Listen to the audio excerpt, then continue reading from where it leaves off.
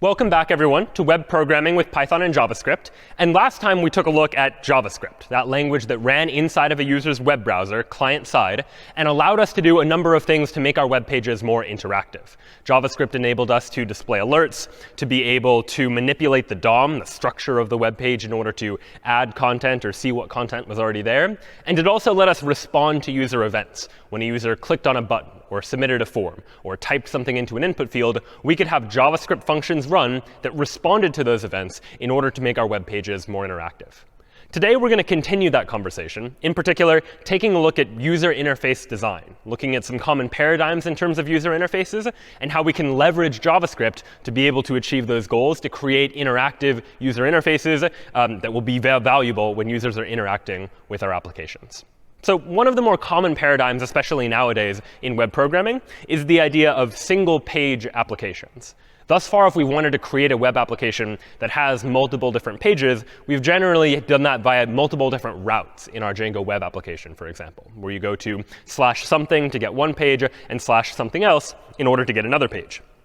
But commonly using JavaScript, we have the ability to create single-page applications, where the entire web page is really just a single page. And then we use JavaScript to manipulate the DOM, to replace portions of the page with things we want to replace. And this has a number of advantages, one of them being that we only need to make modifications to the part of the page that is actually changing.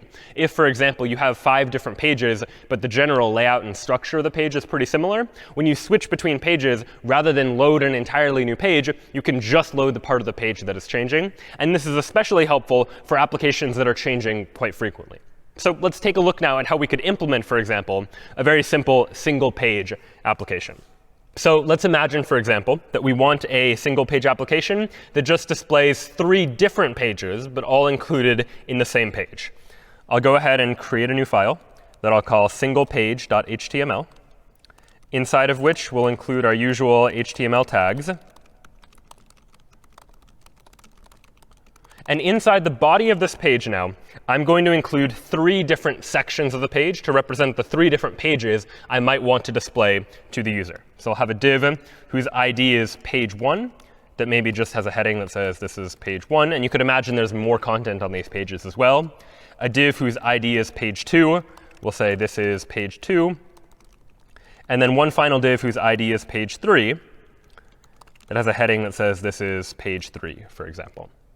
Now, right now, if I were to open up singlepage.html, what we'd see is we see all 3 pages at the same time. And now that's probably not what we want.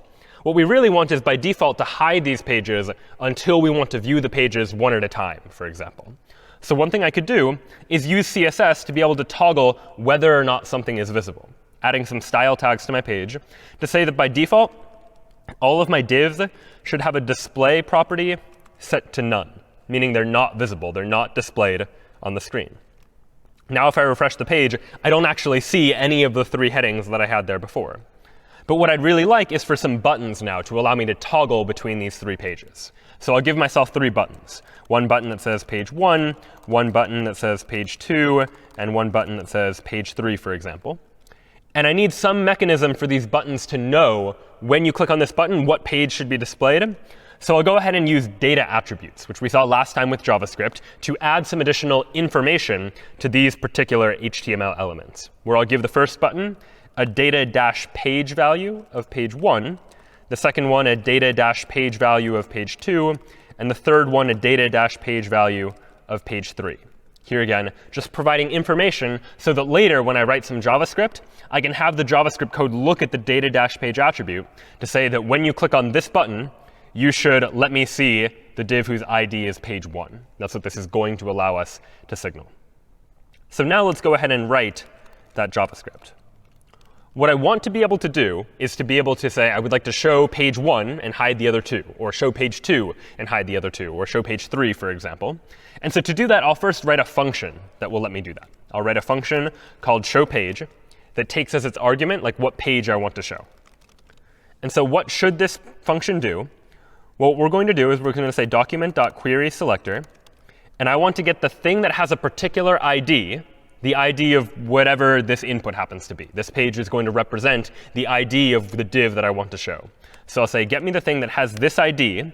And then using a template literal, I'll say, all right, get me the ID of page, whatever element has that particular ID. And then I'd like to change its style property. Which part of the style? Well, I want to change its display property. And instead of none, which was the default here, where I said don't show it at all, the other option for a div is block, meaning it shows up as just a block that is on the page that is actually visible. And so now I have this show page function. And I can test it, in fact. If I go into my browser, refresh the page, I now see 3 buttons. The buttons don't do anything just yet. But what I can do is in the console, if I actually just try running this, I can run the show page function and say, like, show page 1, for example, press return. And all right, page 1 now appears on my page. And if I press show page 2, then page 2 will become visible. And all right, that did half of what I wanted. Page 2 is now visible, but so is page 1. So I probably want it such that if I ever show a page, I hide the other pages first. Like hide all the pages and then show page 2, or hide all the pages and then show page 3. So how could I go about doing that? Well, first, I might want to just, when I show a page, first hide all of the other pages, hide all the pages. So to get all the pages, I'll do document.querySelector all. Get all of the divs, which is what I'm using to enclose the pages. And now, for each one of those, again, effectively creating a loop where I'm looping over each of the divs, for each div, let's go ahead and set the div.style.display property equal to none. And so what this show page function is now doing is it is first querying for all of the divs, which are simulating my pages inside of this single page application. And for each one of the divs, we're going to pass it as input into this function, which is the argument to for each, again, using this arrow function notation, which is just a shorthand way of expressing a function, where I'm here saying that for each of the divs, we'll go ahead and modify its style property, setting display equal to none, meaning don't show any of the divs, and then show only the div that was requested. So now this should solve the problem of multiple pages appearing simultaneously. That if I go back to this page and I click or write show page 1, then page 1 appears. But if I run show page of page 2, then page 2 appears, but page 1 disappears. And likewise, when I show page 3, that shows page 3, but not the other 2. So I can manipulate which page is visible all via the console. But now what I'd like to do is get these buttons to actually work, where if I click on one of the buttons, that has the effect of actually displaying the requested page. So in order to do that, well, I want to attach some event listeners to these buttons, which means I need to wait until those buttons have loaded onto the page.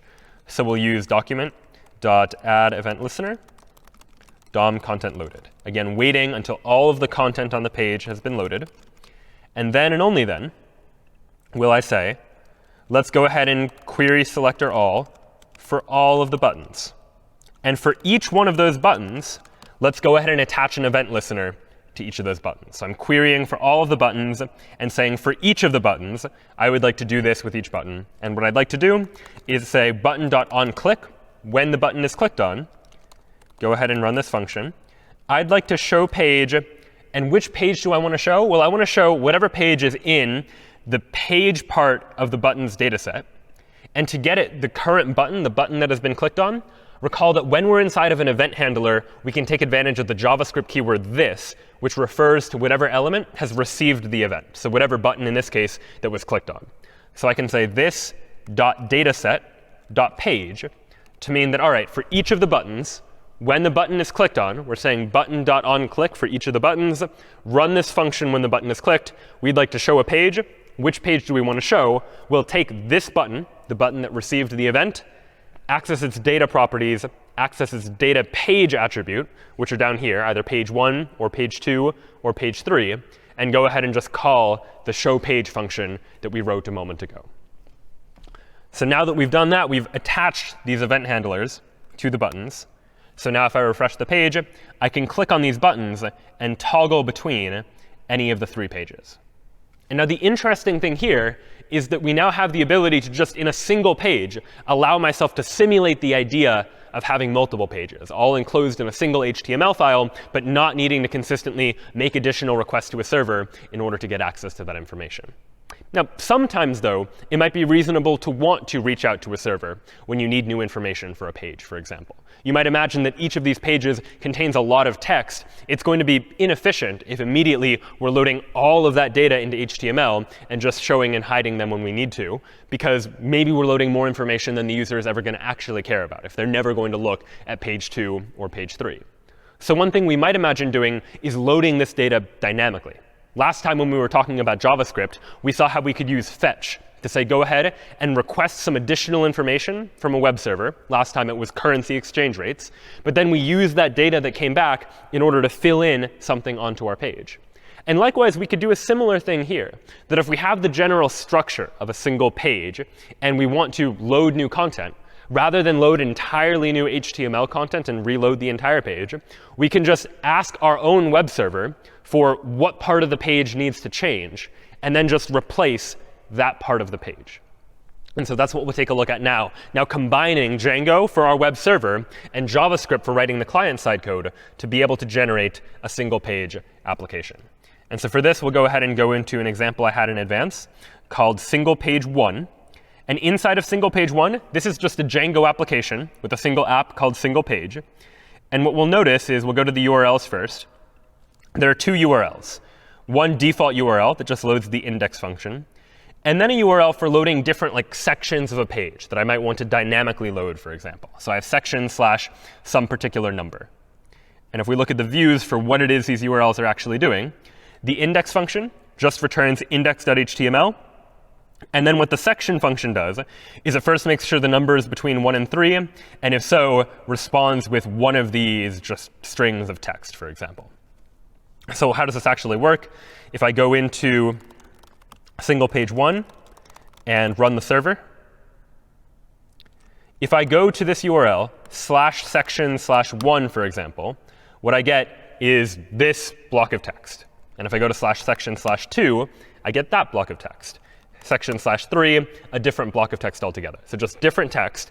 And I'd like to incorporate this text into an existing HTML page, for instance. So here I'll go into index.html, this template that gets loaded when I go to the default route. And inside of index.html, what we'll see is I have a show section function that behaves very similar to the show page function we saw from a moment ago. But instead, what show section is going to do is it's going to fetch what text I should display on the page from my own web server. I'm fetching from /sections/ fill in a number here, number like 1 or 2 or 3. When I get the response, in the past, we've seen how we can convert that response into JSON data if it's some structured data. We can also just convert the response into plain text. Then I'll take that text, console.log it, just so we can see it in the log output, but then go ahead and query select for the content of the page, something that has an ID of content, update its inner HTML, and set it equal to that text. So what this entire function is now doing is it is going to reach out to my server, figure out what text content belongs in the new section, and fill in the part of my page accordingly with the text that comes back from that HTTP request. And then down further below, inside of the page, we'll see that I have a hello heading, 3 buttons that toggle between the different sections. Each of them has a data-section attribute this time for which section should be loaded. And then a div that is initially blank just for the content of the page. So putting this all together now, if I go to the default route, I see hello plus 3 buttons to give me a choice between 3 different sections. And if I click section 1, what's going to happen is JavaScript is going to query /section/1, ask for the text. It gets that text back, and it's going to fill it in into the page. Section 1, section 2, and section 3.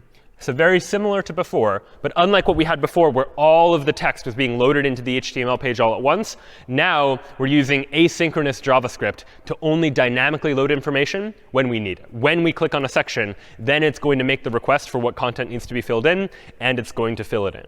And everything else, these buttons, this heading, and you might imagine in a more complex website, you've got a lot more going on around the edges of this web page. All of that stays the same. We don't need to reload any of that information. We're only reloading the portion of the page that actually changes as we toggle between these various different section headings. Now, this seems to be an advantage in some ways, that maybe we can be more efficient about how we run our single-page applications like this. One thing we seem to lose, though, is the notion of maintaining state inside of the URL. That generally, the URL gives you an indication for what page you're on. You're on something like /1 if you're on section 1, or /2 if you're on section 2, /3 for section 3. But of course, we're staying on the same page in all of these examples. Whenever I click a button, section 1 or 2 or 3, the URL is never changing. The URL stays the same. It turns out there's a way in JavaScript to manipulate that URL, taking advantage of what's known as the JavaScript history API, where I can push something to the history, meaning update the URL and actually save that inside the user's browser history. So later on, they could potentially go back to that. And to do that, I'll show you yet another example inside of single page 2, which is very similar, except inside of index.html, I've added a couple additional things. One is that when I click on a button, meaning when I click on section 1 or section 2 or section 3, I've added this line here, history.pushState. What history.pushState is going to do is it is going to basically add a new element to my browsing history, where I first specify any data associated with the state. So in particular, I'm storing a JavaScript object representing what section number is being represented here. Next is a title parameter that most web browsers actually ignore, so that can generally be the empty string. But the third argument here is what should go in the URL. And what I want to go in the URL in this case is something like section followed by the section number. So I can go to /section1 or /section2 or /section3, for instance, and those will appear in the URL bar when I click on a different page. Then what I want to be able to support is the ability to say, when I go back through my history, if I click the back button in my web browser, I'd like to go back from section 3 to section 2 if that was the page I visited previously. And there turns out to be an event handler for that as well. Window.onPopState, meaning when I pop something off of the history, like go back in my history, we have the ability to take some event as an argument. And if you look at event.state.section, which I've run console.log on so we can take a look at it in a moment, we'll see what state was stored associated with that part of the user's history. And I can go ahead and show that section. So all in all, when I run this web application, going into single page 2 this time, when I run the server, I see hello, 3 sections for buttons. When I click on one of those buttons, not only do I see text, but I also see in the URL bar that I'm now on /section1. That has been pushed onto my history, and I've updated the URL to reflect that too. I click section 2, that updates the URL as well. Section 3 updates the URL too. And when I've pushed things onto my history, I've associated some state with them so that I can go back if I ever need to. And in fact, if I open up the JavaScript console now, and I go back, for example, back to section 2, what you'll see is that what gets logged is the number 2. When I print out, like, what is the current section that's associated with this URL, it's saving that state, that I should be loading section number 2. And so it does load section number 2 here. So there's certainly nothing wrong with the original paradigm of just loading different pages dynamically using Django, like make a request and get a response. But oftentimes, as you begin to imagine applications where a lot of things are changing on the same page simultaneously, you might imagine social networking websites where a lot of things stay the same, but new posts might be added, and you might be looking at different parts of the same page. Being able to dynamically load information, request additional information, and then display it on the page can actually be quite powerful, a way to make your web pages a little bit more interactive. So that then is how we might build single-page applications, taking advantage of JavaScript to asynchronously load new data, and then taking advantage of this history API that let us add things to the URL, add things to the user's browsing history, such that we could go back to them later by listening for window.onPopState. And it turns out that window object that we get access to in JavaScript is quite powerful. It represents the physical window on the computer screen that displays all of their web content. And there are certain properties of that window we can look at that allow us to enable some interesting features. So for example, your window is really described by what the user actually sees inside of their window in Google Chrome or Safari or whatever web browser they happen to be using. And there are a couple of properties that might be of use. Something like window.innerWidth will represent how wide is the window, which might be useful to know like the size of the user's screen, for example, to know how many pixels wide the window happens to be. And just as there's a window.innerWidth, there's also a window.innerHeight that represents the height of the window as well. Now, window represents the physical part that they're actually seeing. We've also seen another variable that JavaScript gives us access to, and that is this document object. So what is the difference between the window and the document? Well, the document generally represents the entire web page. But if web pages are long, oftentimes the web page doesn't fit entirely inside of the window, that you generally have to scroll through an entire web page, and the window is only showing you one portion of that page at any given time. So you can represent the document as like this big vertical section that goes beyond the window. There might be part of the document that is above the window, part of the document that is below the window as well. So window.scrollY is another variable you have access to on the window. And window.scrollY represents how many pixels far down have you scrolled. So if you're at the top of the page, window.scrollY is 0. You haven't scrolled at all. But as you begin to scroll, if you want to know how far the user has scrolled on a page, you can look at window.scrollY to figure out the number of pixels the user has scrolled in the y direction, the up and down direction. And the entire height of the page is represented in document.body.offsetHeight. That represents how tall the entire height of the document is. And we talk about all this in addition to things like window.innerHeight and window.innerWidth, because using all of these values together, you can begin to do some interesting calculations. So one thing you might want to detect, for example, is has the user scrolled down to the bottom of the page or not? That might be something you care about knowing. And it turns out there isn't an event listener that does this automatically, but we can calculate it in order to try and figure this out. If innerHeight is the height of the window, scrollY is how far vertically the user has scrolled, and document body offset height is the entire height of the document, you can ask yourself, what needs to be true if the user has scrolled to the bottom of the page? And well, if the user has scrolled to the bottom of the page, well then scrollY plus the inner height, meaning the amount that they've scrolled, plus the height of the window, that must be at least or equal to document body offset height, meaning the amount that they scrolled plus the window takes you down to the bottom of the page, to the end of the page, to however tall the document happens to be. And using that mathematical comparison, we can actually detect when the user has reached the bottom of the page. And we can actually try and now put that into practice. So I'll go ahead and open up an example that I have here called scroll.html. And all scroll.html has right now is 100 paragraphs. Inside of the body tag, I have a P for paragraph, paragraph 1, paragraph 2, so on and so forth. I have 100 paragraphs inside of the body of this HTML page. And that's all that really is there right now, such that now if I go ahead and open scroll.html, I see that I have 100 paragraphs that I can scroll through. And what I might like to do is detect when I've reached the bottom of the page, and maybe do something when I do so, something like change the color of the page, for instance. So how might I go about doing that? Well, I'm going to need some JavaScript. So I'm going to add some JavaScript. And I'll add an event listener for window.onScroll.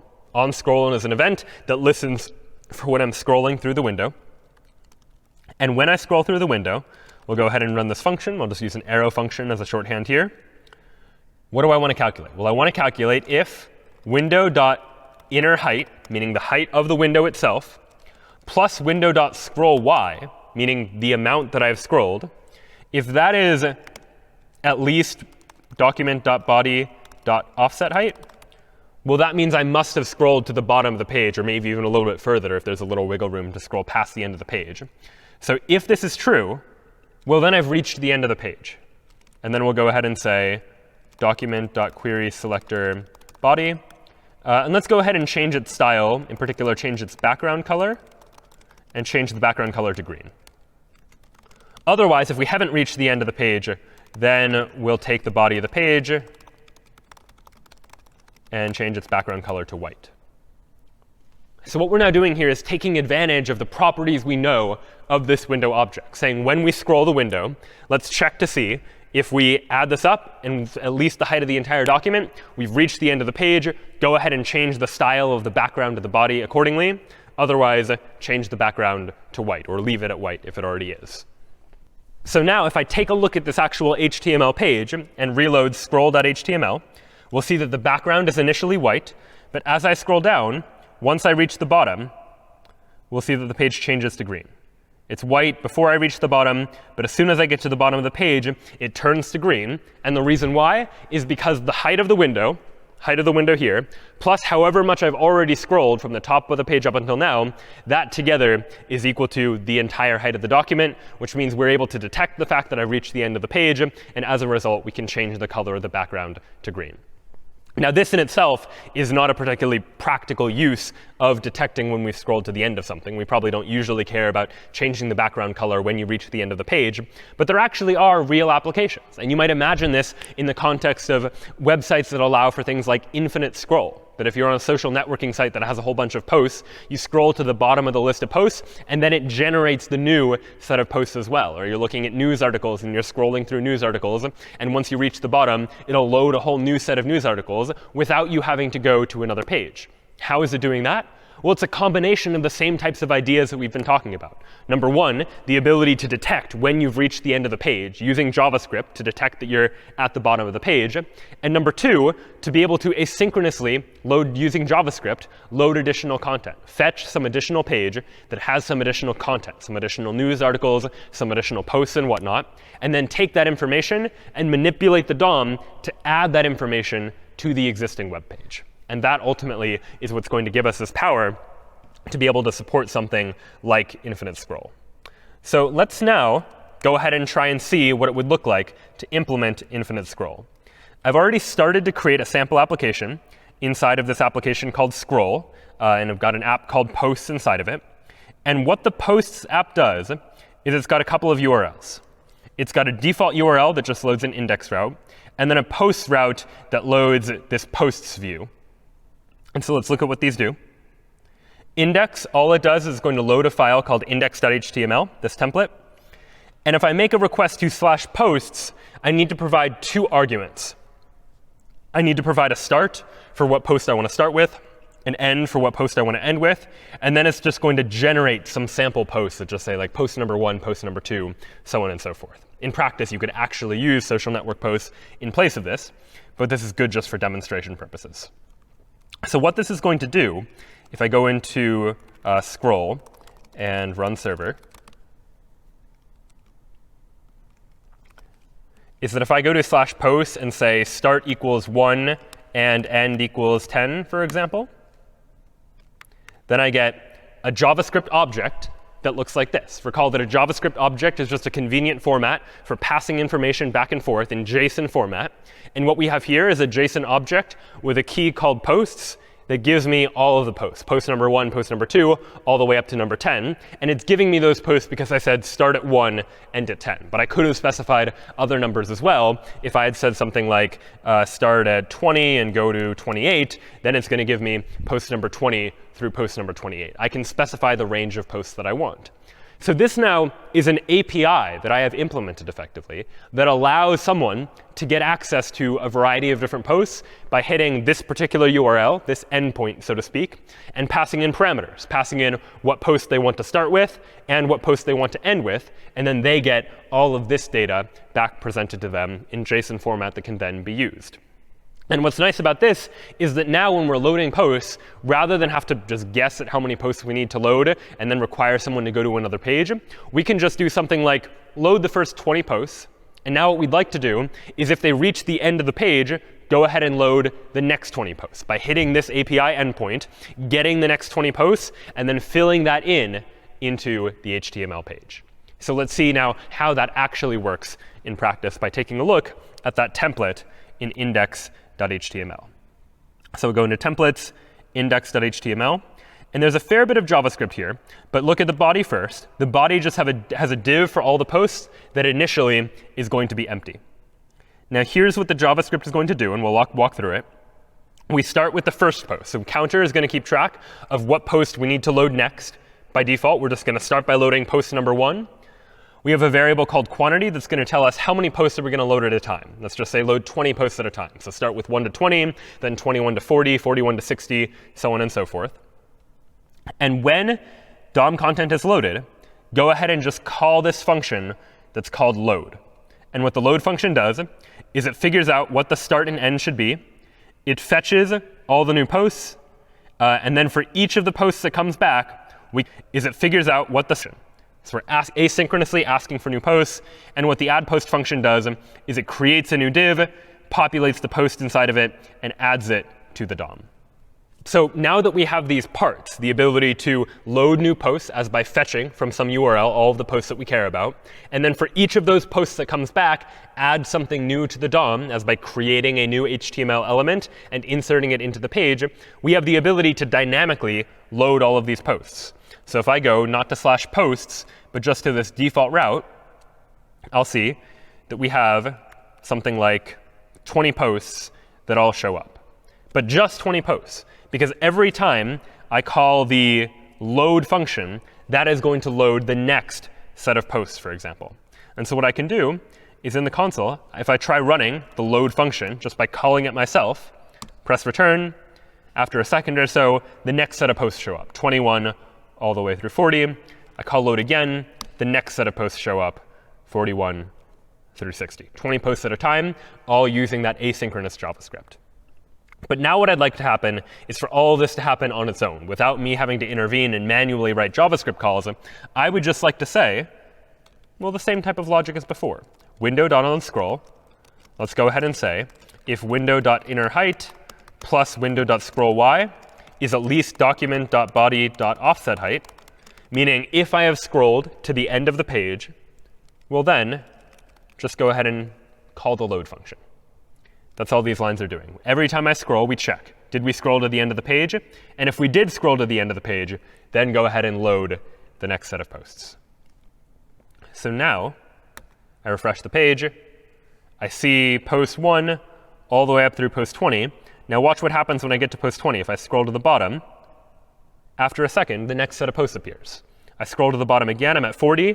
And then after a second, the next set appears. Every time I scroll to the bottom, more posts are going to load after that, allowing me to effectively implement this idea of infinite scrolling by taking advantage of some JavaScript techniques, where I can check for when I've got to the end of the page and then dynamically do something as a result of that, something like load some additional pages onto the screen. And so here, too, a lot of power to be had inside of JavaScript. And a lot of where the power of user interface comes from is from how it is that the user interface interacts with the user, thinking about what the user is going to do and how the page should interact as a result. Something like user scrolls to the end of the page, and they see some new pages show up as well. And one technique we can use for just making HTML elements a little more responsive, a little bit more interesting, is by adding some animation to them as well, the ability for things to move around and change their properties in some way. And it turns out that CSS has support for animation. CSS has already given us support for things like styling elements, saying we want this element to be of this color and this size, for example. But it also gives us the ability to animate those properties as well, to change the size of something or change the position of something over some amount of time. And so let's now take a look at an example of what that might actually look like. I'll go ahead and create a new file, and I'll call it animate.html. And inside of animate.html, I'll go ahead and start by including our usual HTML. Title is animate. And what I'd like to do is just add a little bit of animation using CSS into this particular page. I'm going to start with just a heading that says something like welcome, for example. It's just going to display a welcome message, such that now if I open animate.html, here's what I see. Just a message that says welcome. But now let's add some CSS to it. Let's go into the style tag. And for h1, for this heading, I'd like to apply a particular animation to it. And I first need to specify what the animation's name is going to be. And I can pick a name for the animation. I'll say something like grow, for example. I'll set the animation's duration to be 2 seconds. And then the animation fill mode is like, what direction should the animation move in? Should it go forwards or should it go backwards? We'll generally want our animations to go forward. So they're making some sort of forward progress according to some rules that we're going to specify. So here I'm saying we're going to animate all of our headings using an animation called grow. And now I need to define what that animation actually does. And to do that, up above in style, I'm going to say at keyframes grow. And what this is going to allow me to do is specify some keyframes for this particular element, meaning where should the element start, what should its style properties be, and then at the end, what should its style properties be. And CSS is going to take care of the process of figuring out what needs to happen in all those intermediary fractions of seconds, for example. So what I can say is something like go ahead and grow from, meaning what should its initial properties be. And maybe initially I want it to have a font size of 20 pixels. And then we'll say to font size of 100 pixels, for example. So all in all, what this is saying is I would like to apply an animation called grow to all of my headings. This animation should last 2 seconds and go forwards. And what is the grow animation going to do? Well, it's going to mean at the start, anything that obeys the grow animation will start with a font size of 20 pixels. And at the end, it will grow to a font size of 100 pixels. And I have now defined what it is that that animation means. So now, if I go ahead and refresh this page, animate.html, you'll see that welcome changes size. Over the course of 2 seconds, it goes from smaller to larger by obeying those keyframes. I told it to obey this particular set of instructions where it goes from a particular font size to another font size. And as a result, we see the effect here on the page. And it turns out you can do more than just manipulate size. You can manipulate just about any CSS property you want. So if I tell the heading that it should have a relative position, meaning its position should be relative to other elements or other things in its parent, I can say you should change your position from being 0% away from the left side of the screen to being 50% of the way from the left side of the screen. And at this point, grow is probably not the best name for this animation. I'll call it move instead. So animation name is move. And so now what this animation is going to do is it's going to say, when you run the animation, go from being right next to the left side of the screen to being about 50 away from the left side of the screen. So I can go ahead and rerun this. And we see that's the animation that takes place. It goes from the left all the way back up to about halfway across the screen. Refresh the page, and it goes ahead and does the exact same thing. And it turns out we don't just need to specify a beginning point and an end point for an animation. We can specify various different keyframes for different points within the animation that we would like to capture. Something like at the beginning of the animation, have this set of CSS properties. Maybe halfway through the animation, have a different set of CSS properties. And then at the very end, have yet another set of CSS properties. So I could say something like, if I want the heading not just to move from left to right, but also to move back again, I can say at the beginning, at the 0% point, when you're 0% of the way through the animation, you should be 0% away from the left-hand side.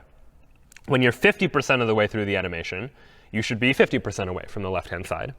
And then when you're done with the animation, 100% of the way through, let's go back to 0% away from the left-hand side. I now have 3 keyframes: beginning of the animation, middle of the animation, back to the beginning of the animation again.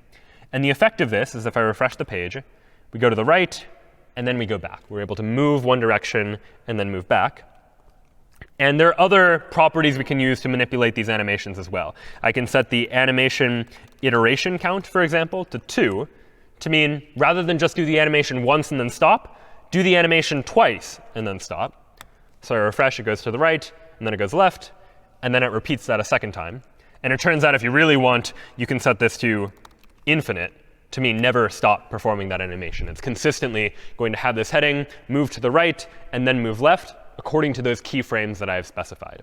And so if you ever see things moving around on a page, interactive in some way, there are a number of ways to do it. You can animate things using JavaScript, for example. But there are many cases where CSS alone is pretty good at just creating these types of animations. And while this animation right now is just running forever, we could use JavaScript in order to control that animation as well.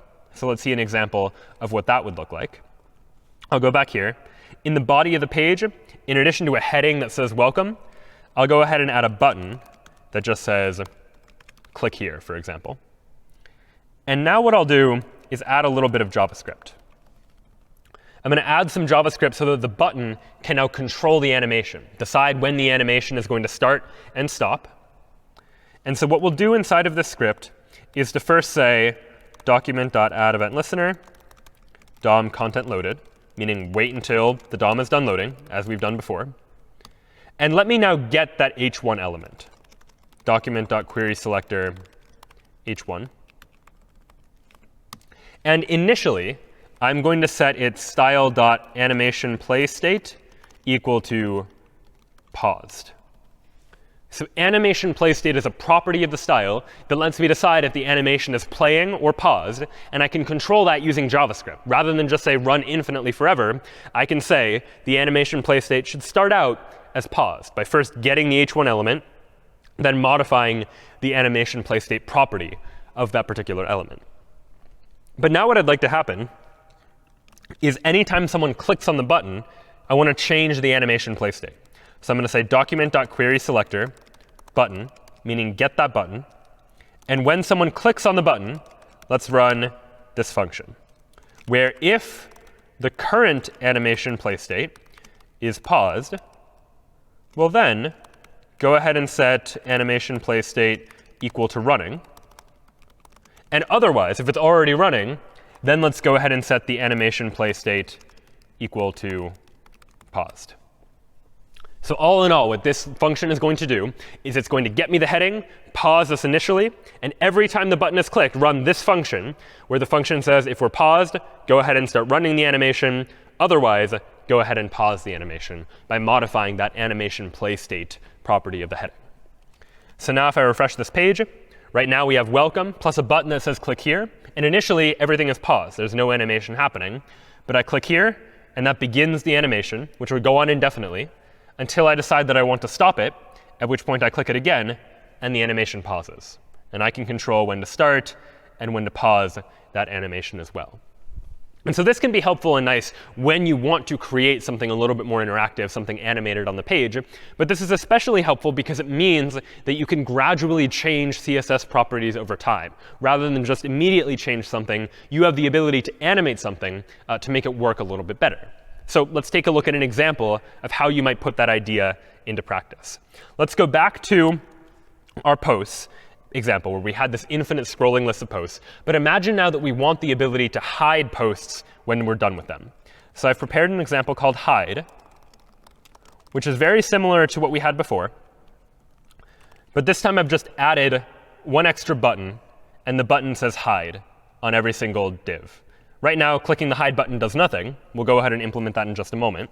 But first, to see how this worked, if you go into hide, go into the index.html template, the only change that's been made here is what happens when I add a new post. Recall again that what this application does is it loads posts from a server. And then when it gets those posts, it loops over each of the individual posts, which is just a string of text. And it adds that string of text inside of an element onto the page via this add post function. And what the add post function is going to do here is first create a new element, create a div in which to store that post, give it a class name, because that's how we're going to animate it, and then set its inner HTML equal to the contents of the post, something like post number 1, post number 2, post number 3, and then add a button that just says hide. And then we're going to go ahead and add that to the DOM as well. So that's what add post is now going to do. We're sort of generating some HTML using this JavaScript code and then adding that HTML to the page. And now what we're adding is a div that has not only the contents of the post as text, but is also going to give us access to a button that ultimately we hope is going to let us hide that post as well. So how do we actually get the hiding of the post to work? Well, what we want to do is somehow detect when the user clicks on one of those hide buttons. So there's a number of ways we could do this. But one way is just to listen for any time anyone clicks on the document as a whole. Anytime anyone clicks on the document, I might like to ask something like, what did they actually click on? And it turns out that with most event listeners, the function the event listener takes in can take as an optional argument the event itself, which is a JavaScript object that contains information about the event that happened, like the click event, or the scroll event, or the key down event, or the key up event, for example. And one of the properties you get access to is event.target, which is like what was the target of the event. In this case, what was the thing that was actually clicked on. And I'll go ahead and save event.target inside of a variable called element, where the idea now is that whatever gets clicked on, that is the event's target. We're going to save that inside of element. And what I want to know is element, is that one of the hide buttons? I want to know, is it a hide button? I could have also attached an event listener to each of the hide buttons. This is just an alternative way of doing it that I'm showing you for sake of demonstration, where we say when we click anywhere in the document, figure out what was clicked on, and save it inside of this variable. And if it's a hide button, then it's going to have a class of hide, right? Because I gave every hide button a class of hide.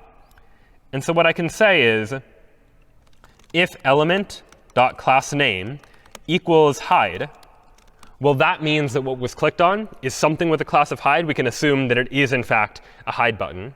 And then what I want to do is I can do something like element.remove to say, go ahead and get rid of that element.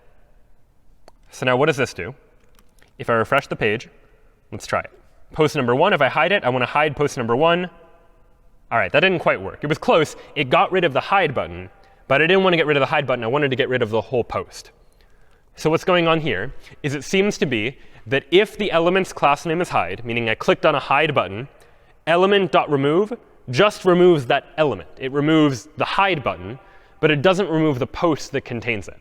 And if you think about this in terms of the DOM, the post is a div, and its child element is the button, this hide button. And so you remove the button, but it doesn't also remove the post as well.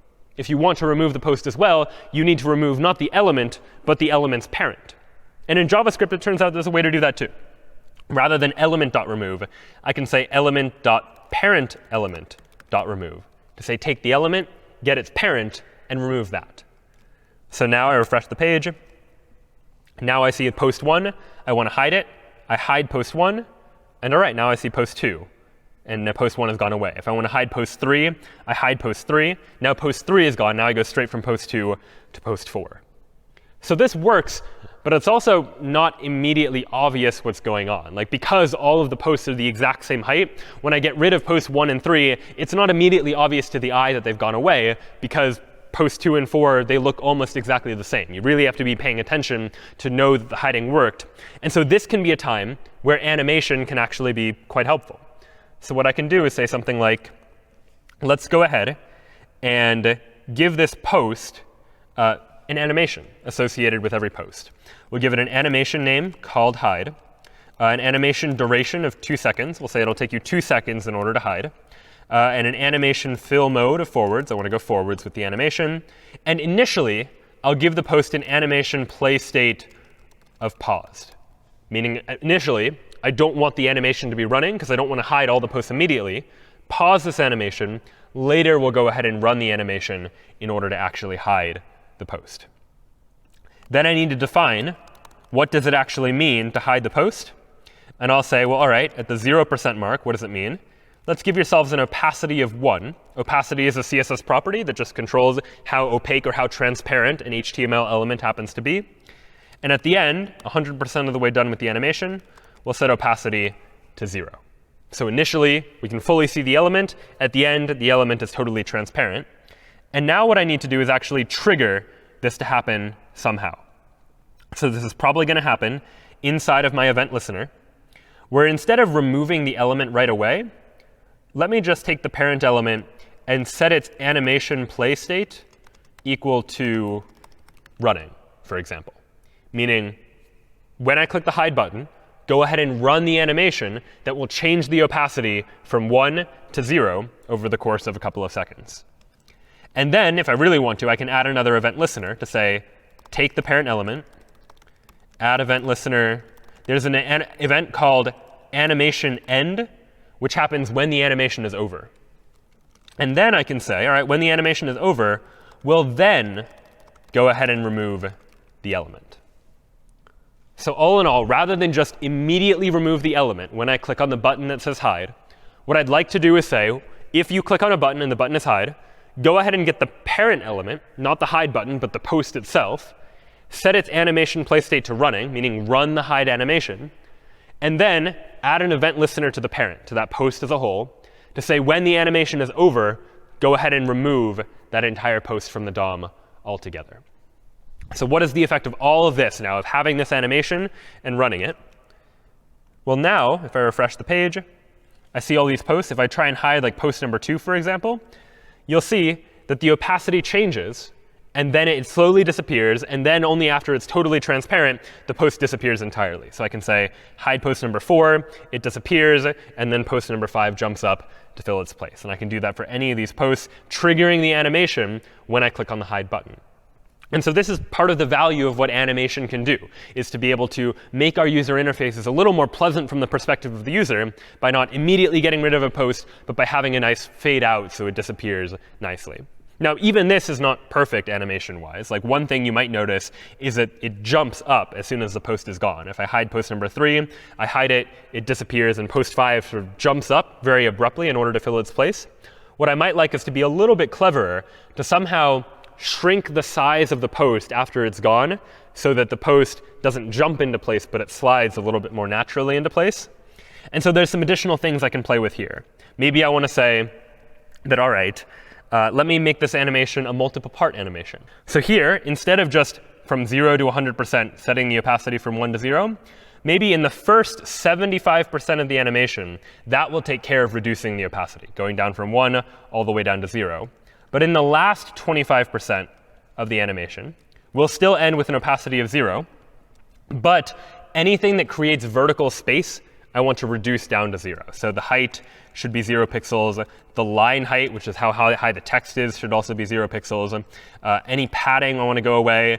It turns out I've added some margin to the bottom of the post. I want to make that go away as well. So I want to set all of those to 0 from whatever their initial values happen to be. That initially the height is like 100% of what the height could be. Likewise for line height, 100% of the parent. Initially I have like 20 pixels of padding and a margin at the bottom of 10 pixels. And I want all of that to still be true 75% of the way through the animation. But it's only in the last 25% of the animation that I want to set all of these vertical height properties down to 0. I want to remove all the height, remove the line height, remove all the padding. And the effect of this is I'll have an animation now where for the first 75% of the animation, the only thing that changes is the opacity. The opacity goes from 1, fully visible, to 0, fully transparent. And then in the last 25% of the animation, the post is already transparent. You can't see it. But it's still taking up physical space on the page. But we're going to now reduce the height of that post so that now you won't be able to see it at all. So now if I refresh this page, here again are all the posts. But now if I click hide on a particular post, we'll see that it first fades out, and then its height shrinks so that the next post slides very nicely into place. I can do that again.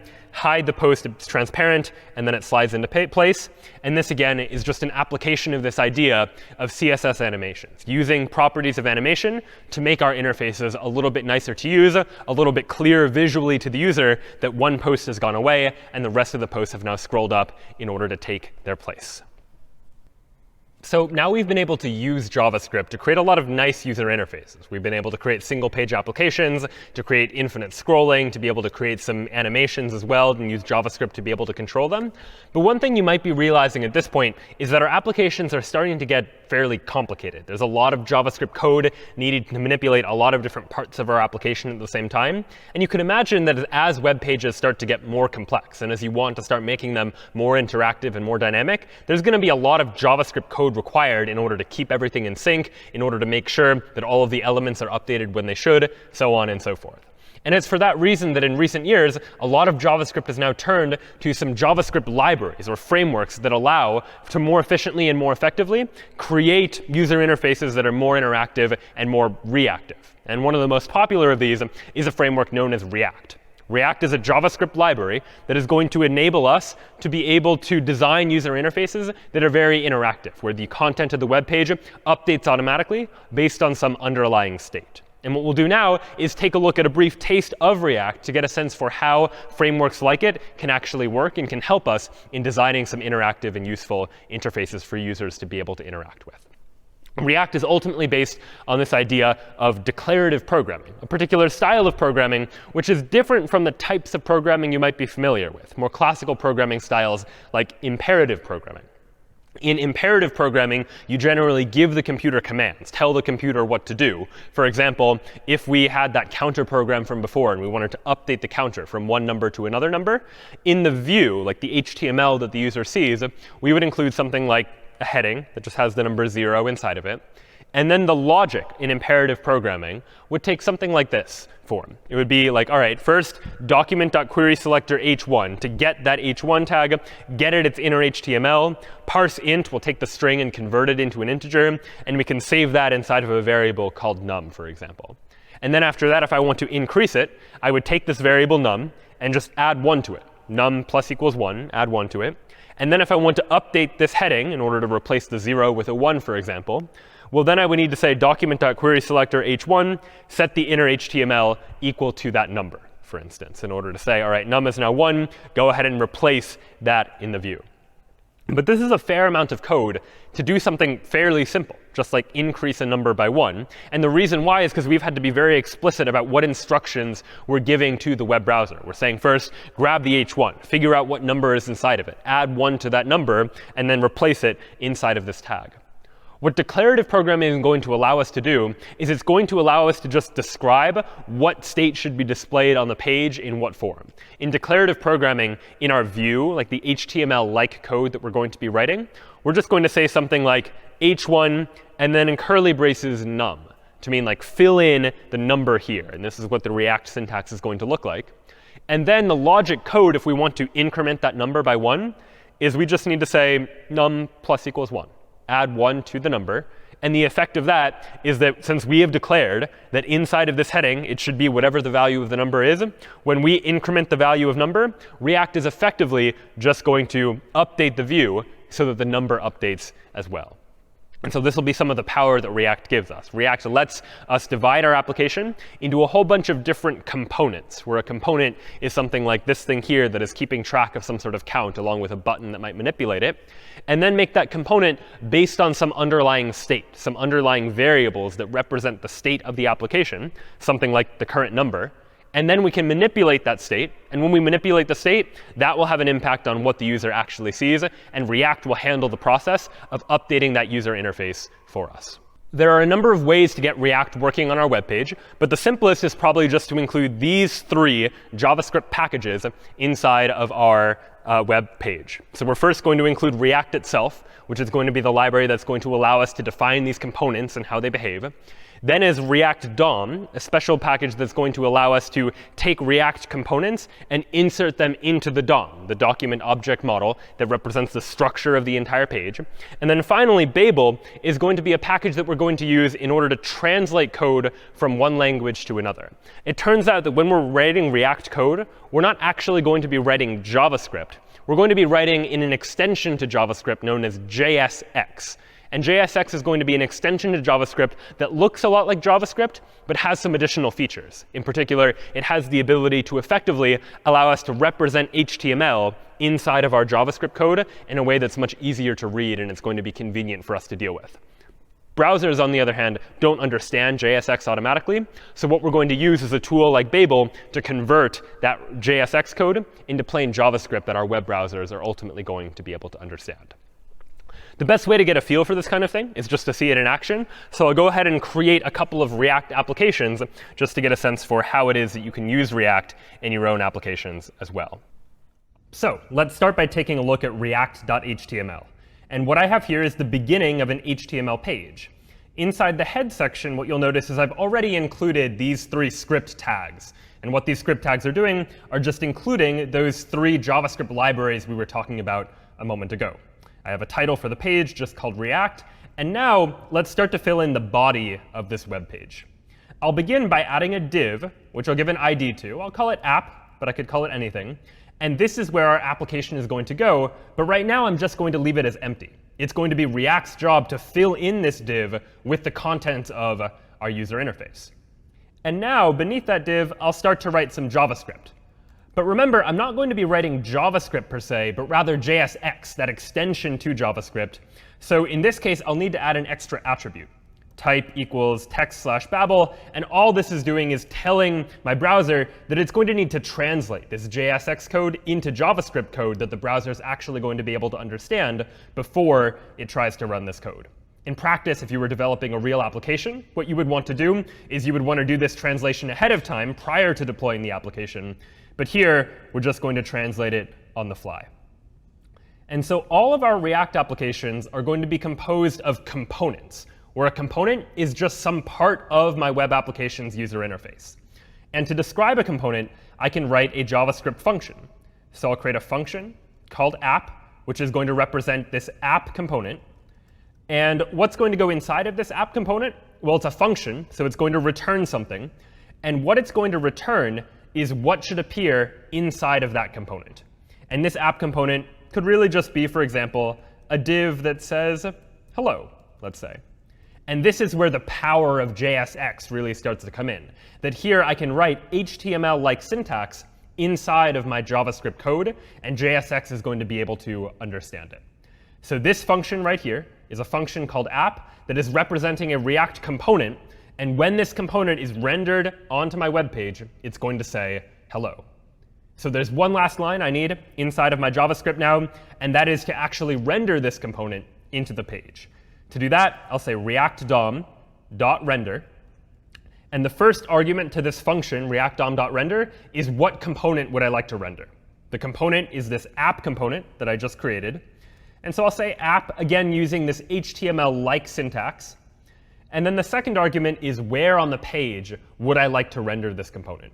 And I want to render this component right here on line 10, where I have a div whose ID is app. So I'll need to add some JavaScript code to find that particular div.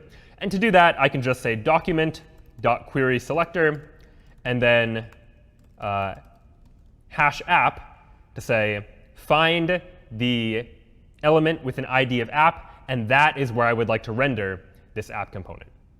So I first created this empty div. Then I defined this function representing a React component. And then after that, we're going to render that component inside of the HTML page itself. So now if we were to open a browser and see what this page actually looks like, I'll make the text a little bit bigger. You see that we actually do see the word hello. And if I make a change to the component and refresh the page, it will change the page as well. So if the component instead displayed hello world, well, then I refresh the page, and the page now also says hello world. And because this is JavaScript, I can add JavaScript code to the function just as I could with any function in JavaScript. Imagine, for example, that I had some variables, like let's create a variable x, which is equal to 1, and a variable y, which is equal to 2. Inside of this div, rather than just render some text, I can use curly braces to say plug in the value of some JavaScript expression. I could plug in the value of x plus y, for example. And now by including x plus y in these curly braces, JavaScript is going to evaluate what is x plus y and display that inside of the div instead. And so now when I refresh the page, you see that the page just says 3, for example. And so that's the basics of React. We create these components and then render those components all using the power of JavaScript. But where React starts to get more powerful is when we can reuse components. The whole idea of a component is it represents some part of the user interface, and I could reuse that same component across multiple parts of the interface as well. Imagine, for example, that inside of my app component, I was going to render a div that had 3 headings, each of which said hello. So there's one heading, there's another one, and we'll add a third one there as well. So I have a div with 3 headings inside of it. And we can see what that looks like. Each one of them says hello. But there's some repetition here. I'm having to use this h1 tag 3 times, all to create exactly the same UI element on the page. This is a case where I can create a separate component and then just reuse that component rather than have to repeat myself multiple times. So how could I do that? Well, remember that in JavaScript, we can write a function to represent a React component. So I'll add another function here. And I'll call that function hello, because it's going to represent this hello component. And this hello function is also going to return something. And what it's going to return is a heading, an h1, that just says hello. And so now, inside of my app component, rather than render 3 separate h1s, I can simplify this a little bit to just say hello.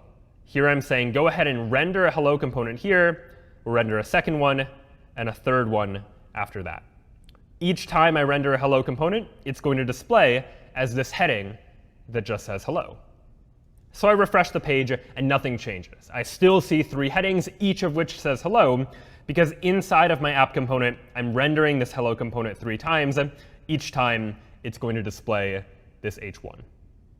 But where components start to get more powerful is when they're not always displaying the same information every time, but when we can parameterize those components with properties, or as React simplifies them, props, short for properties. So what would that mean? We see that HTML elements can take attributes, Likewise, React components can take properties, where maybe I don't just want to say hello, but I want to say hello to someone, hello to Harry or to Ron or Hermione, for example. So I could say hello name equals Harry, using syntax much like an HTML attribute. Then here say hello name equals Ron. And then finally hello name equals Hermione. And so now my hello component is accepting this prop, this property called name, which is different for all three of these components. And so inside this hello function now, I would like the hello function to take advantage of these properties, of these props. And so I'm going to add an argument to the hello function. That argument is conventionally just called props. And now instead of just saying hello, I'm going to say hello, comma, and then remember to plug in a JavaScript value. I use curly braces. And inside of those curly braces, I can say props dot, and then whatever the name of the property is. In this case, the name of the property is just name. So I can say props dot name to say whatever the name prop is, go ahead and plug that in right here inside of the hello component. So the hello component is going to say hello, comma, and then someone's name. So I can save that, refresh the page, and now I see hello Harry, hello Ron, and hello Hermione. Three different components, each of which is still just this hello component, but we're rendering it with different props. One time with the name of Harry, one time with the name of Ron, and one time with the name Hermione. And so this is where components can start to get a little bit different. By passing in different props into those components, we can decide how that component is ultimately going to render. But let's add to this a little bit and start to add state into our React components as well. And state is going to mean any kind of data that we want to store inside of the component itself. And for this, let's try to recreate the counter application that we created when we first introduced JavaScript, where we were really just creating a button that allowed you to count, and it counted up from 0, 1, 2, 3, 4, etc. So to do this, let's create a new file. I'll create a new file and just call it counter.html. And we can start just by copying the contents of react.html into our counter.html file. We're still going to use those same script tags. We can still have an app component. But what's going to be inside this app component is going to be a little different. I'll change the title of the page to be counter instead of React. So what goes inside of the app component? Well, if we're going to do this counting, we need a div that's going to display the number that we've currently counted to, something like 0 to start with. And we're going to need a button. This button is just going to be count, which will be the label for that button. So a div that just says 0 and a button that says count. And now if I open up counter.html, we'll make it a little bigger, you can see that I have this number 0 here and a button that says count. Of course, right now, clicking on the button doesn't do anything, because I haven't written any JavaScript code to say what should happen when this button is actually clicked on. But before we get there, let's modify this program a little bit. Right now, I've written the number 0 directly into the div itself, but it's not always going to be 0. Eventually, as I start counting by pressing that count button, that number is going to change. So what I'm going to do now is factor this 0 out into what's known as state inside of my React component. And here, one way to create state in my React component is to use a special function inside of React called useState. This is one example of a React hook that allows me to add some additional functionality into my React component. And the argument to react.useState is going to be the initial value of that state. I'm going to start counting, and I want to start counting from the number 0. So I'm going to include the number 0 as the argument to this useState function. So we're going to start counting at 0. And what this useState function returns is really an array of two things. It's going to be a variable that I can give a name to. I'll call it count. And also a function that I'm going to call setCount. And that function is going to allow me to set the value for the state if ever I need to change the state at some point in the future. So this useState function accepts 0, the initial state, as its argument. And then I get two things back. I get the state variable itself, called count, and I get a function for changing that state when I need to. So now, instead of rendering a 0 inside of the div just by writing the number 0, I'm going to instead, in curly braces, go ahead and render whatever the value of count is. Initially, it's going to be 0, but eventually that number might change, and I want my UI to reflect the changes in the underlying state. So right now, if I refresh the page, it still says 0, because the initial state was set to 0, but I could change that. If initially that initial state was some other value, I could refresh the page and see a different value appear for the count instead. Whatever the value of this count variable is in the state, that's going to be what the user is going to see when they're looking at my user interface and when they see my component. So now let's make this button actually do something, because right now the number is never changing. To do that, I can add an onClick handler. And notice one difference between onClicked in React and onClicked as we traditionally used it in JavaScript. I'm using this capital C. And that's just a common React convention when we're defining event handlers. And here I'm going to say onClick, and then in curly braces, the name of a function that I would like to run when this button is clicked. And I can call that function whatever I'd like. I'll call it update count, for example. And now what I need to do is define a function called update count. And I'm going to define that function inside of this React component, inside of my app function. It turns out in JavaScript, you can have functions that are defined inside of other functions. So I'll define this function called update count. And what do I want the update count function to do? Well, what I'd like to do is just increase count by 1. And you might think that I could do that just by saying count equals count plus 1.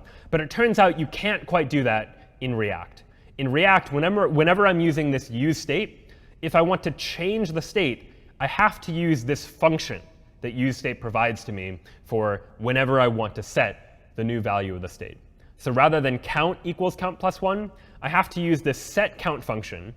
And the argument to setCount is going to be count plus 1.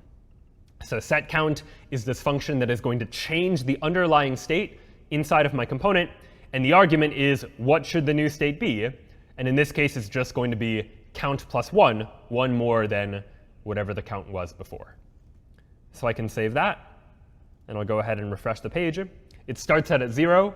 But every time I click on this count button, you'll notice the count increases by 1. And again, I have no code that's saying go into the div and change whatever is inside of the div. All I have inside of this div is this reference to this state variable count. And whenever the state changes, JavaScript and in turn React knows that what React needs to do is to recreate this component, re-render the component by displaying the new value of this state variable. And then when the button is clicked on, we're able to run this function to change the value of that underlying state. So by taking advantage of these React components with state, we can start to represent information inside of our components and then define what our component is going to display as just by representing HTML in terms of that underlying state, deciding how we should use that state in order to render an interface that the user is ultimately going to see. So let's now try and put these pieces together and create a web application that uses these abilities of React to define state and to manipulate that state, and in turn, update a user interface based on changes that are happening to that underlying state. And we'll create an application that will just display some simple mathematical questions to the user and quiz the user on some basic addition facts, for example. So let's create that application. I'll create a new file and call it addition.html. And inside of addition.html, I'll start again just by copying the contents of this counter.html file, because the framework, the structure of this page will be similar. But I'll go ahead and clear out what's inside of my app component, at least for now. And so what would I like for my app component to render? Well, let's go ahead and render a div. And if I want to create an application that's going to ask the user some mathematical questions and then prompt the user to type in an answer, there are at least 2 parts of this user interface that I'm going to need. I'm going to need a place to display the addition fact answer, like what is 1 plus 2, for example. And then I'll need an input field where the user can type in their response to that question and then see if they got the question right or wrong. So inside the div, I'll start by creating a div that displays the question itself, something like 1 plus 2. And then beneath that, I'll just add an input field. Eventually, we'll add more to this user interface. But for now, all we really need is a div that displays the mathematical question and an input for the user to type in their response. So now if I go ahead and go to addition.html, here's what I see. I'll make it a little bit bigger. I see 1 plus 2, and then an input field where the user could start to type in their response. But just as we did before, I don't want to literally write the numbers 1 and 2 into what I'm returning. Instead, I want these 1 and 2 to be based on some underlying state inside of my application. The application is going to maintain state about what two numbers to add together, and then it's going to display a user interface based on that state. So what could I do here? Well, one thing I could do is, again, use react.useState, start this number off as 1, and maybe call this num1, and then a function to set number 1. And then I could do it again. Let's create num2 and set num2 to be react.useState2. And I could have two different pieces of state, num1 and num2, each of which has a different function, set num1 and set num2, that are each representing the two different numbers that I would like to add together. But already this is starting to get messy, and over time, as I add more different pieces of state to the application, as we'll see in just a moment, the state might start to get more and more complex with more and more different functions and variables. So it's often helpful, and a common practice in React, to combine multiple pieces of state just into one JavaScript object that's maintaining all of the different pieces of state for this particular component. And to do that, I'll again use react.useState. But instead of setting the state initially to be a number, like 1 or 2, it's instead going to be a JavaScript object that has keys and values, where I could say let num1 be the number 1, and let num2 be the number 2. Much like a dictionary in Python, for example, where I have multiple different values, num1 and num2, all together inside of the same object. And I can call that state and have a variable and have a function called setState that is going to update the value of that state. And so rather than have to have all of these different variables, I can simplify a little bit to just state and a function to set the state.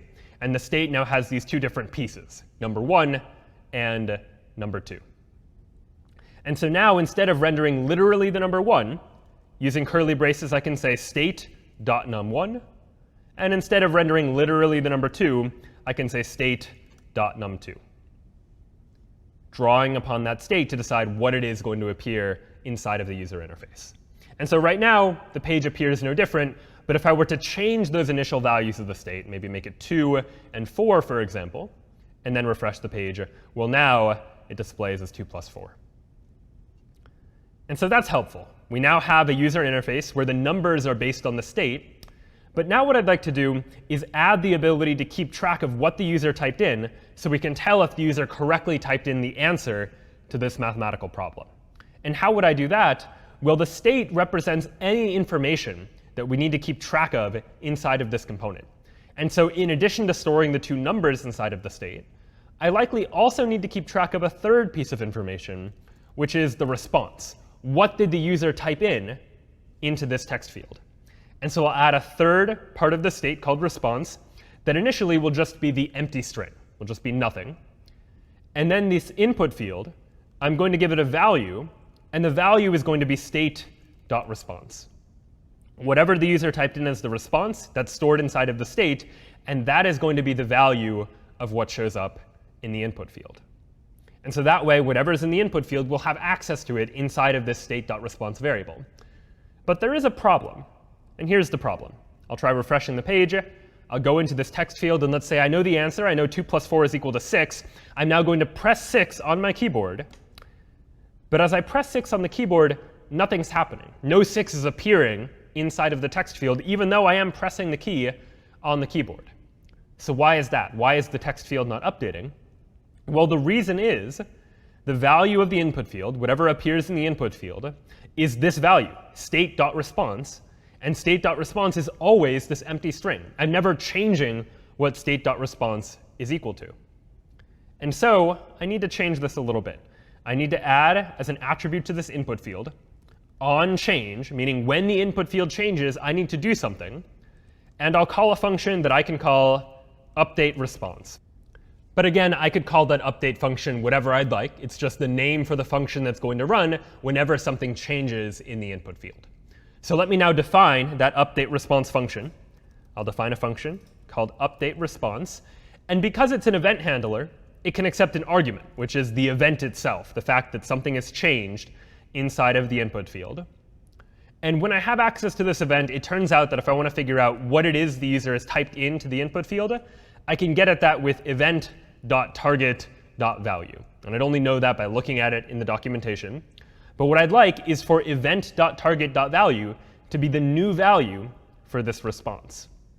And so what I'd like to do is do something like this. Set state.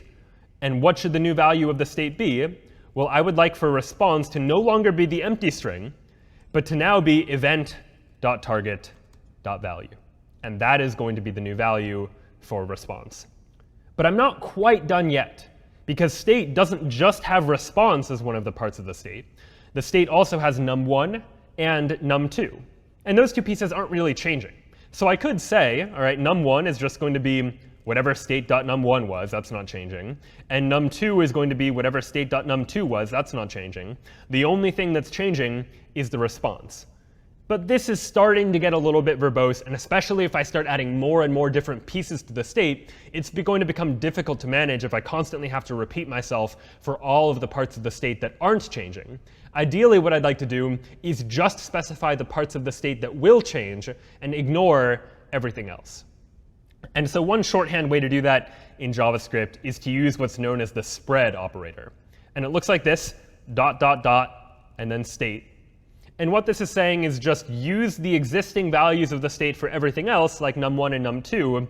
The only thing to override is the new value for the response.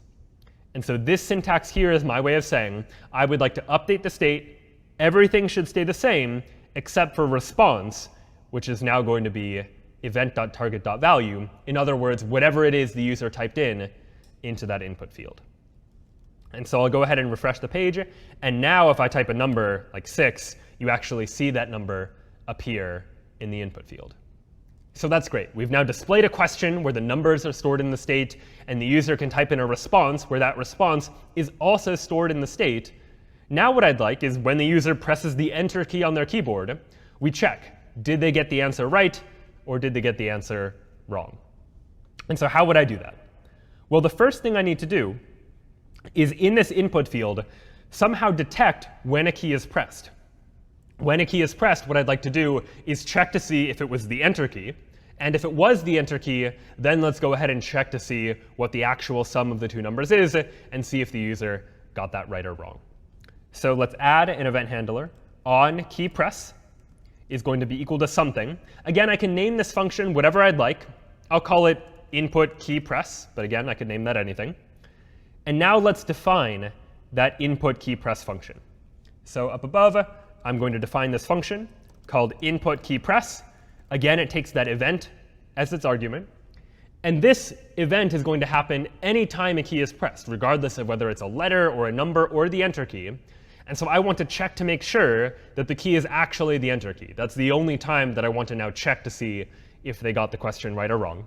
So I'll add here a condition. It's just JavaScript. So I can say if event.key is equal to Enter, well then, let's go ahead and check. And otherwise, we don't have to do anything. I don't need an else case here because nothing should happen unless it's the Enter key that was actually pressed.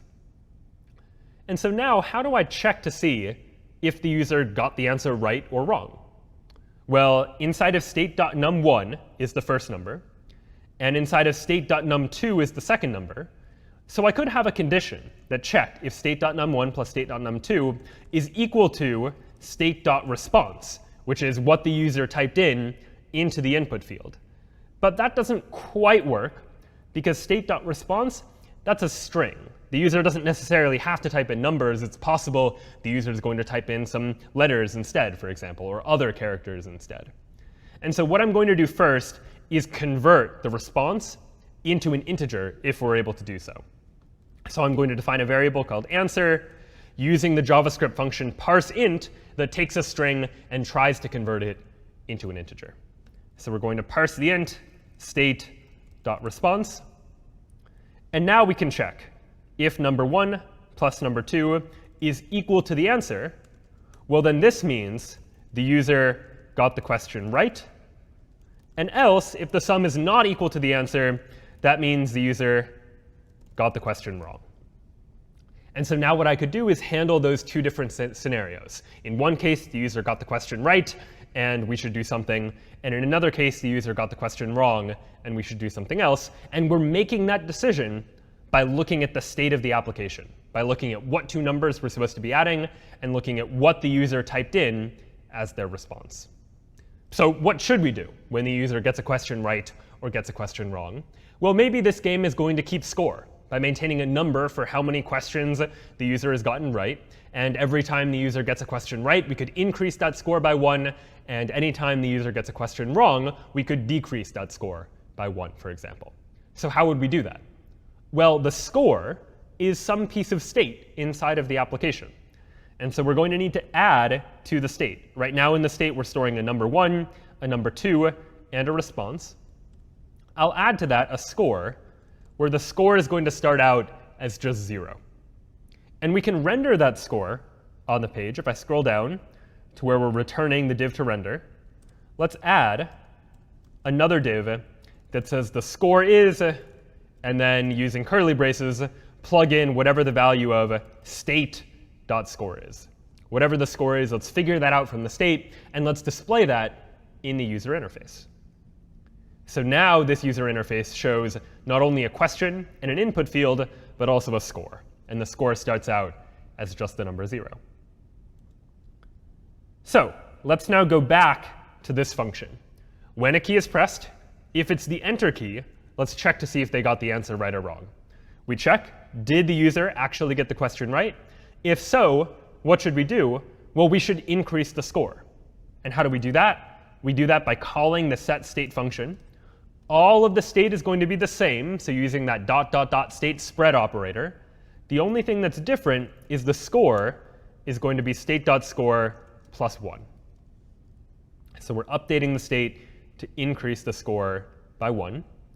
And if the user gets the question wrong, let's set the state to be ... state, and then the score is going to be state.score minus 1. So if the user gets the question right, we increase the score by 1. Otherwise, we decrease the score by 1. And let's test that to see what it actually looks like when we try this in the user interface. I'll refresh the page. 2 plus 4. If I type in the correct answer, 6, press return, the score increases by 1. If I typed in the wrong answer, let's say 8, press return, the score decreases by 1. So this appears to work. Depending on whether I get the question right or wrong, the score is able to update, increasing or decreasing based on the result of that condition. Now, this game is pretty easy to get a high score on right now, because I can just keep pressing return over and over and over, and the question's never changing. My response is already there, and so the score keeps going up and up and up. So let's make the game a little bit more interesting. Every time the user gets a question right, let's display a new question for them to answer. And how would we do that? Well, the question that's displayed to the user is based on two underlying pieces of the state of the component. It's based on state.num1, and it's based on state.num2. So if I want to change the question, all I have to do is when the user gets the question right, and I'm updating the state, instead of only updating the score, let's also update num1 and num2. And I could set these to be specific values, maybe like 5 and 10, for example. But let's make it more interesting and display a random number every time. We'll generate a random number, and so the user will be adding two random numbers together every time they get a new question right. How do we generate a random number? Well, math.random is a JavaScript function that generates a random number between 0 and 1. We can multiply it by 10, so now we're getting a number between 0 and 10. But we don't want any decimals to appear in the number. So I'll go ahead and take the ceiling of the number, math.ceil, to say if the number was like 5.8, we'll just go ahead and round that up to 6, for example. And we'll do the same thing for number 2. We'll take the ceiling of math.random times 10. So every time the user gets a question right, we'll update num1 and num2 to be new random numbers generated just like this. And so let's go back and try it again. We see 2 plus 4. I type in the correct answer, 6, and the question changes. 8 plus 5, I type in the correct answer, press return. My score increases, and the question changes again. This time, if I get the answer wrong, I type in 10, for example. Watch my score decrease. It went from 2 down to 1, but the question didn't change. Now I get another opportunity to try to answer this question. And when I answer it correctly, the score increases again from 1 to 2. So this game is starting to come along now. It's keeping track of my score. It's displaying different questions. There is at least one user interface quirk right now, and that is the fact that at the moment, when I get a question right and press return, I type in 6 and press return, the 6 still stays there. Ideally, I get a new question. I'd like to clear out the response so the user can just type in whatever the new answer is, rather than have to delete whatever they typed in before and then type in a new number. So how could we do that? Reset whatever is inside of the input field. Well, what's typed into the input field is stored inside of the state of my component. It's stored inside of state.response. And so if I wanted to change that, all I would have to do is say, let's change the response to be the empty string. When the user gets a question right, we're going to update these two numbers, increase the score, and also clear out the response so that it's just the empty string. And I can do the same thing if the user gets a question wrong. Decrease the score by 1, but also clear out that response back to the empty string so that there's nothing there. And so now we get a question. I type in an answer, press return, and the input field clears out. I get a new question, and the score increases by 1. 4 separate pieces of state all changing at the same time, and that gets reflected in the user interface that I'm now able to see. So I type in another value, and the score increases, and everything updates again. All right, so that's definitely progress. One other user interface quirk that I noticed here is that the input field, by default, isn't automatically selected, where I would have to go in and click on the input field in order to highlight it so that I can start typing in my response. I can fix that pretty easily. If I scroll down to where the input field is, we'll add an autofocus attribute and just set that to be true, so that the input field automatically focuses when I load the page for the first time. So now I refresh the page, the input field is already highlighted, and immediately I can start to try to play this game. So now that we have the basic functionality of this app working, let's try and improve the CSS so that the game looks a little bit nicer. I'll scroll up to the top of the page and add a style tag to the head section of my HTML page. And I'd like for this entire app to be centered. So I'll say text align is going to be center. And I'm going to set the font family to be sans serif, because I prefer that font for this particular game. So I refresh the page, and now everything is centered, and the font is different than what the default was. And what else would I like to have changed?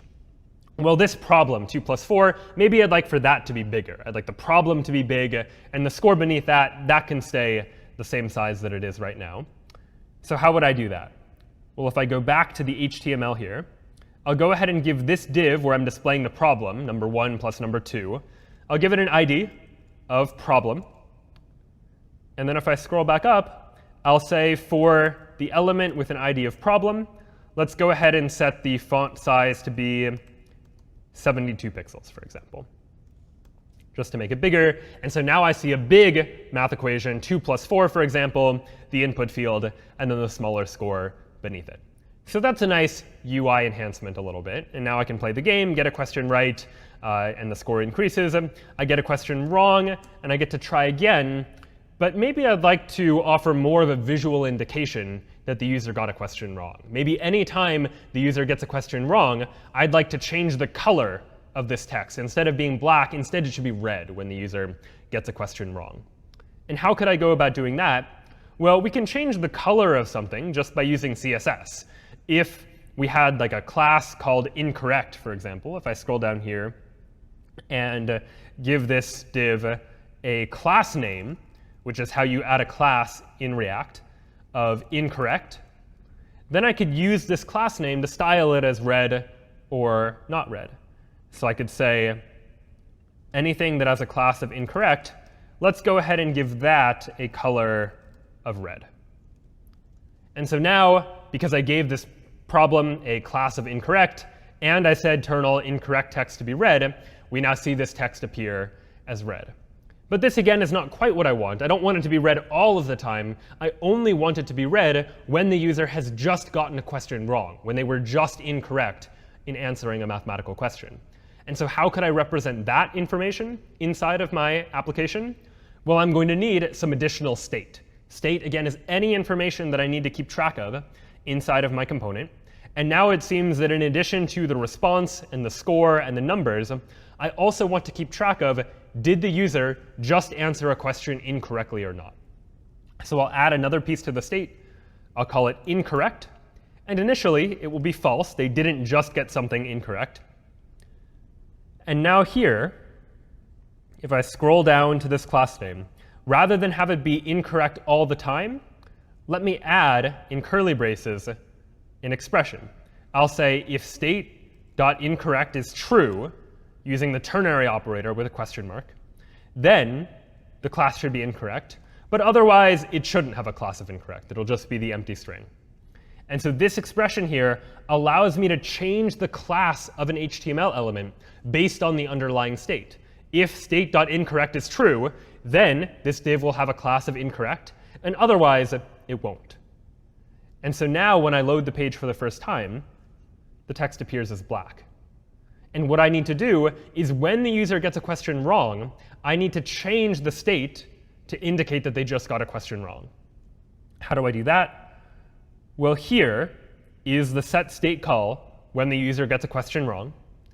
And in that case, I'll go ahead and set incorrect equal to true. And when the user gets a question right, we'll go ahead and set incorrect equal to false. We're modifying this one additional piece of state based on whether the user got the question right or wrong. So now, if I load the page, answer a question correctly, the score increases, and I get a new question. But if I answer a question incorrectly and press return, you'll notice the score decreases, the input field clears out, and the text changes color, because I changed the value of that incorrect part of the underlying state. And based on that, we were able to see the text color change as well. If I now get a question correct, press return, the text color changes back to black, and the score increases. And let's now add one final piece of state, or one final change to the UI for this application. Let's give me a way to win this game. Maybe once I get to a score of 10 by answering 10 questions correctly, then we're going to win the game. And how could I do that? Well, remember that each React component can just be a JavaScript function. And this function is just immediately returning this div. But it's a function, so I can add additional logic to it. I can say if state.score is equal to 10, for example, then rather than render the old div, let's return a new div. This div is just going to display something like u1. And so that I can style it, I'll give it an ID. The ID will be winner. And if the ID is winner, let's go ahead and make the font size 72 pixels. And let's make the color green if I win. So I added some CSS just to style it. But really, the only new logic is further down below, where I'm here saying, check the state. If the score is 10, well, that means we win. So instead of returning the new problem, just return a div that says you won the game. So let's try that now. I get these questions. Every time I answer a question, you're noticing that the score is going to increase by 1. And every time we're generating new random numbers to display as what's going to appear in the user interface. And once I get to question number 10, if I answer it correctly, press return, the entire UI changes. Instead of the problem and an input field and a score, I just see in green large text that I won. And again, I was able to do that by looking here at this condition, where we're looking at the value of the state. And if the state is 10, we're deciding what to render. And this, again, is one of the great powers of React, this ability to use this underlying state, and based on the value of the underlying state, decide what it is the user should see in their user interface. And React is just one of many libraries that do this type of thing. Other popular ones include Angular and Vue, where all of these are just these web frameworks that make it easy to be able to create applications that are able to respond to some underlying state, so that you, the programmer, don't have to worry about constantly having to manipulate various different parts of the page, which especially as you imagine websites like Facebook or Twitter, where there are many things happening on the page at the same time. Every time a new tweet comes in, you might get a notification and see a new post in your main area of your news feed. So these are the types of things that you might want the application to be able to more easily handle for you, where you describe what the state is, you describe what the page should look like based on that underlying state, and let the library, whether it's React or something else, begin to handle the process of doing that for you. And the world of user interfaces is changing pretty quickly. That a lot changes in user interfaces in terms of the technologies and the tools that are quite popular.